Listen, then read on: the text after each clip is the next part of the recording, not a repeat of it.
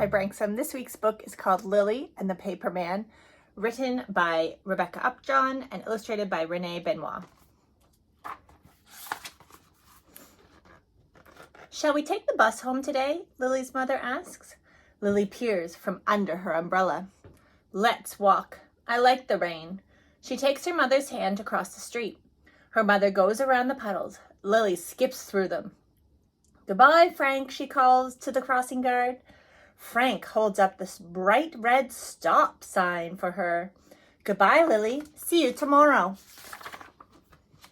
Down the street they go. Lily hops on one foot past the window at Mrs. Chan's store. She waves at Mrs. Chan, who smiles and waves back. They are almost home. Look, Mama, I can walk backwards the rest of the way. Be careful, Lily, her mother cries. Lily backs into something. She spins around.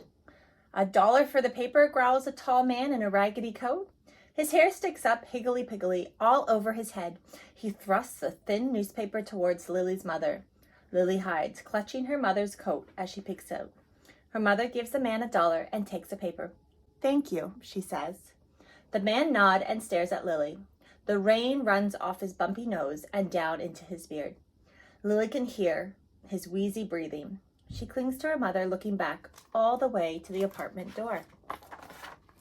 The next day, after school, Lily says, I want to take the bus home, Mama. Are you sure? Lily looks at her feet and nods. So they get in line and board the bus. She sees Frank out the window and waves, but he doesn't see her. They whiz past Mrs. Chan's too fast for Lily to see her friendly face. When they drive past the paper man, Lily ducks down in her seat. He doesn't see her. Her mother rings a bell. Lily runs from the bus to the lobby door. Hurry, hurry, hurry, Mama. She pushes against the handle. Is something wrong, Lily? Lily shakes her head and looks down the street. The paper man is heading their way. Lily feels his eyes on her. She shoves the door and he clicks shut. They are safe now. All that week, Lily and her mother take the bus. And all the next week, and every day after that, until the first snow falls. Lily has fleecy new mittens and toasty new boots. She tries to catch snowflakes on her tongue. Try it, Mama, she says. She tugs on her mother's hand. Don't you want to take the bus, Lily? Lily shakes her head. I like the snow. Goodbye, Frank. They cross the street. Snow flies around them in a bright flurry. Let's see if Mrs. Chan is selling hot cocoa yet, Lily's mother says. Lily claps her mittens together and runs on ahead. Lily closes her eyes and listens to the squeak and the crunch of her boots in the snow. Her mother follows. $1 for the paper. Lily's eyes fly open. The paper man holds out a newspaper with a shaking hand. Lily wants to run away, but she stands still. She sees a thin shirt through the holes in his coat and bare feet through the holes in his boot. Lily shivers. Lily's mother gives the man $1. Then she tucks the paper in her purse. Thank you, she says. Have a good day, says the paper man. Lily is not sure, but she thinks he winks at her. Lily forgets to press the numbers that unlock the lobby door. She forgets to push the up button on the elevator. She is thinking, Lily, is something wrong? The paper man isn't wearing socks, Mama. Why? It's cold out. Lily's mother looks serious. I guess he doesn't have any, she says. We are very lucky to have warm clothes and a place to live. Lily is quiet after that and holds her mother's hands all the way to the apartment. On Saturday, Lily goes out with her father to buy milk at Mrs. Chan's. The paper man is on the corner. He has no hat. His ears are red from the cold. Lily's father stops to buy a paper. Thank you, says the paper man. Then, morning, missy. And he smiles a wobbly smile. Inside the store, Lily has the $1 her father gave her for a treat, but she can't decide what to buy. Save it until you find something special, suggests Mrs. Chan. Lily walks home hand in hand with her father. She feels the coins in her mittens press against her palm. They come to the corner. There he is again. The paperman's shoulders are hunched. His arms are folded, and Lily sees him shuffling from one cold foot to the other. He doesn't even notice her this time.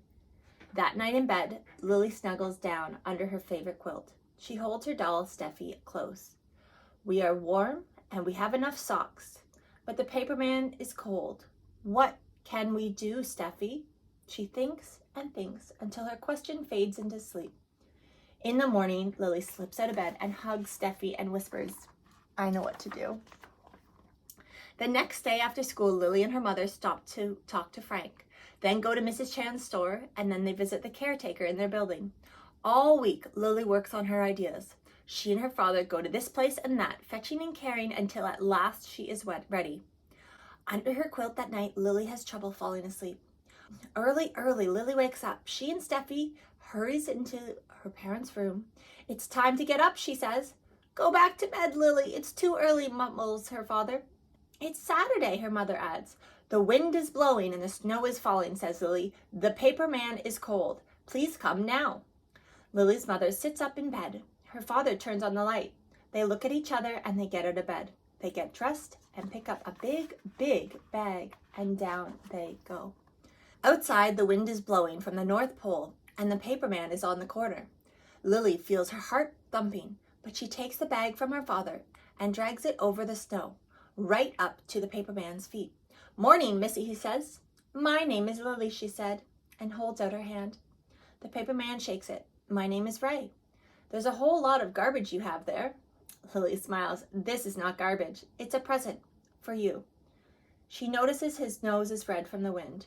She rubs her own cold nose. Open it, she says. The paper man peeks inside the bag and lifts out a sweater. Lily looks back at her father. Ray pulls the sweater on over his coat. He reaches in again and comes out with a thick pair of socks. He sits down and puts them on. Now Lily can see orange flowers through the holes in Ray's boots. She winks at her mother. Next, the paper man puts on a stripy hat with ear flaps. Lily claps her hands. He looks just like Frank. Then he pulls on the new gloves and scarf that Mrs. Chan gave her for the special $1. Ray keeps reaching in and putting on more until he is so puffy he can barely bend. From the very bottom, he pulls out Lily's quilt, the one her granny had made for her when she was born.